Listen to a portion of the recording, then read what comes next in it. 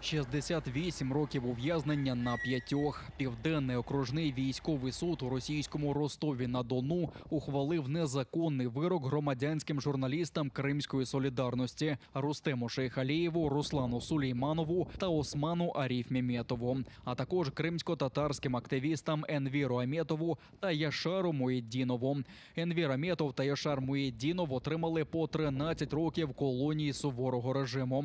Руслана Сулейманова, Рустема Шейхалієва та Османа Арифмеметова окупанти відправили до в'язниці на 14 років. Перші 4 роки вони мають провести у в'язниці з найсуворішим режимом ув'язнення. А після закінчення терміну ще на рік будуть обмежені у свободі. Їм заборонено після звільнення змінювати місце проживання, виходити з дому з 22-ї вечора до 6-ї ранку, відвідувати публічні масові заходи. Їх також зобов'язали відзначатися в контрольних органах окупантів двічі на місяць.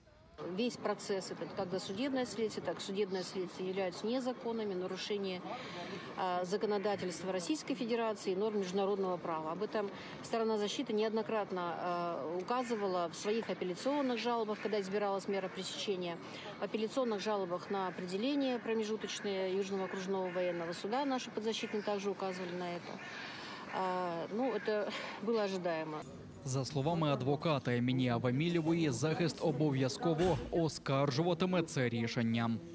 Конечно же, сторона защиты намерена обжаловать этот незаконный приговор, поскольку в прениях и наши подзащитные, и адвокаты, профессиональные юристы указывали на многочисленные нарушения как норм процессуального закона, так и норм материального закона, то есть Уголовного кодекса. Естественно, сторона защиты не согласна с данным приговором. Мы готовы к обжалованию как на стадии апелляционной, кассационной, в международных судах, поэтому мы готовы. Мы готовы вести дальше нашу борьбу за постановление справедливого решения. Раніше окупаційний прокурор Євген Колпиков попросив суд призначити кримсько-татарським активістам тривалі терміни позбавлення волі по 16 років Енверу Аметову та Руслану Сулейманову, 16,5 років Осману Арифмеметову, 15 років Яшару Муєддінову та 17 років Рустему Шейхалієву. Підтримати бранців з окупованого Криму приїхали їхні родичі та співвітчизники. До Ростова приїхали і їхні дружини. Вони впевнені, цей вирок – доказ репресій проти кримсько-татарського народу. Наш народ несет в себе уникальную культуру и идентичность. Это ислам. Вся ненависть к нашему народу обусловлена нашей верой, менталитетом. Кого-то раздражает наше существование. Но мы есть, мы на своей земле. Мы сохранились благодаря нашей вере и единству. Поэтому я хочу поблагодарить Джимат и всех солидарных с нами за помощь и поддержку. Сегодняшний день – это еще одна история, которая обязательно станет одним доказательством преступления репрессивной системы в отношении нас. Я категорически не согласна с этим решением и желаю нашим ребятам стойкости и терпения достойно пройти эти испытания, а семьям и Джимату не отпускать руки, продолжать мирную борьбу. Волна несправедливости затронула крымских мусульман, и на протяжении всего этого времени мы наблюдаем то, что несправедливо выносят огромные сроки лишь за то, что наши ребята не оставались в стороне, поддерживали джимат, активную гражданскую позицию занимали. Осман Арифмеметов, Рустем Шейхалієв та Руслан Сулейманов – одні з перших цивільних журналістів Кримської солідарності. Вони вели прямі трансляції, коли російські спецслужби та поліцейські затримували їхніх співвітчизників, поспішали до місць обшуків у будинках кримських татар, відвідували незаконні судилища. Ніхто з засуджених своєї провини не визнав. Кажуть, їх засудили за допомогу кримським татарам, яких переслідують окупанти. Осман Ариф Меметов, якому не дали виступити з останнім словом кримсько-татарською мовою, написав, що настане час і судитимуть вже тих, хто зараз творить беззаконня. У березні 2019 року російські силовики провели в окупованому Криму наймасштабніші обшуки в будинках кримсько-татарських активістів, зокрема представників громадського об'єднання «Кримська солідарність». Тоді затримали 25 людей. Окупанти безпрецедентно розділили сфабриковану кримінальну справу на 5 п'ятірок підсудних. Сьогоднішній вирок – це перший у цій групі. Їх усіх буцімто через причетність до Хезбут-Тахрір звинуватили у тероризмі та спробі захоплення влади в Росії. Через російське беззаконня без батьківської опіки залишилось ще 60 неповнолітніх дітей.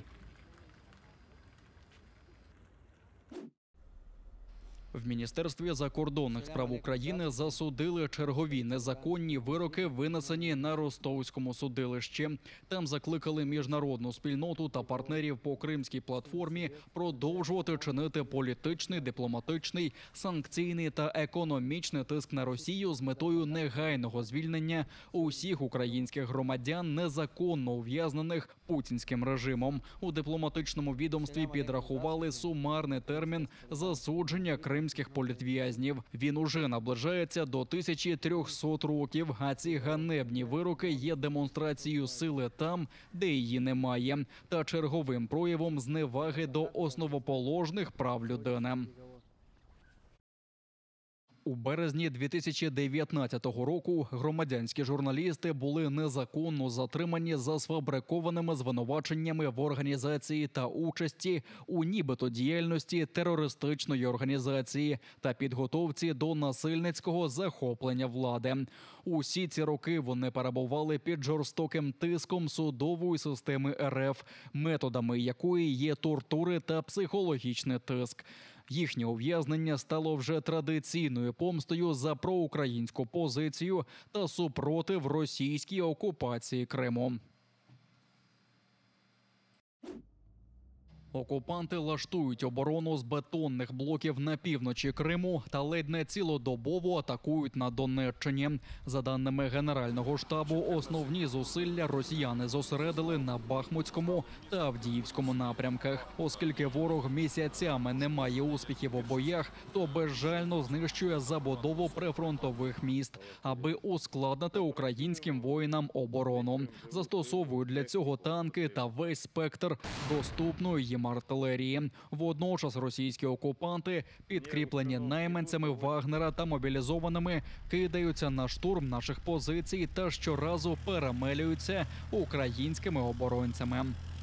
Медичному персоналу лікарень тимчасово окупованої Горлівки Донецької області окупаційна влада надала вказівку вилучати документи загиблих найманців приватної військової компанії «Вагнер», не проводити судмедекспертизу тіл та пакувати їх у санітарні мішки для транспортування. Пункт призначення наразі невідомий. Окупанти домалювали художнику Богдану Зізі терористичні статті. У представництві президента України у Криму повідомили, що обранцю, крім так званого вандалізму за політичними мотивами, додали ще й вчинення теракту, погрозу його вчинення та заклики до тероризму. Все через те, що в травні Богдан Зіза облив синьо-жовтими фарбами будівлю окупаційної адміністрації Євпаторії, а згодом після затримання бранця додали до російського списку терористів. В представництві президента припускають, що уже до Нового року Богдана ймовірно відправлять з окупованого Сімферополя у Ростов. Цікаво, що одразу кілька нових обвинувачень бранцю додали в його 28-й день народження.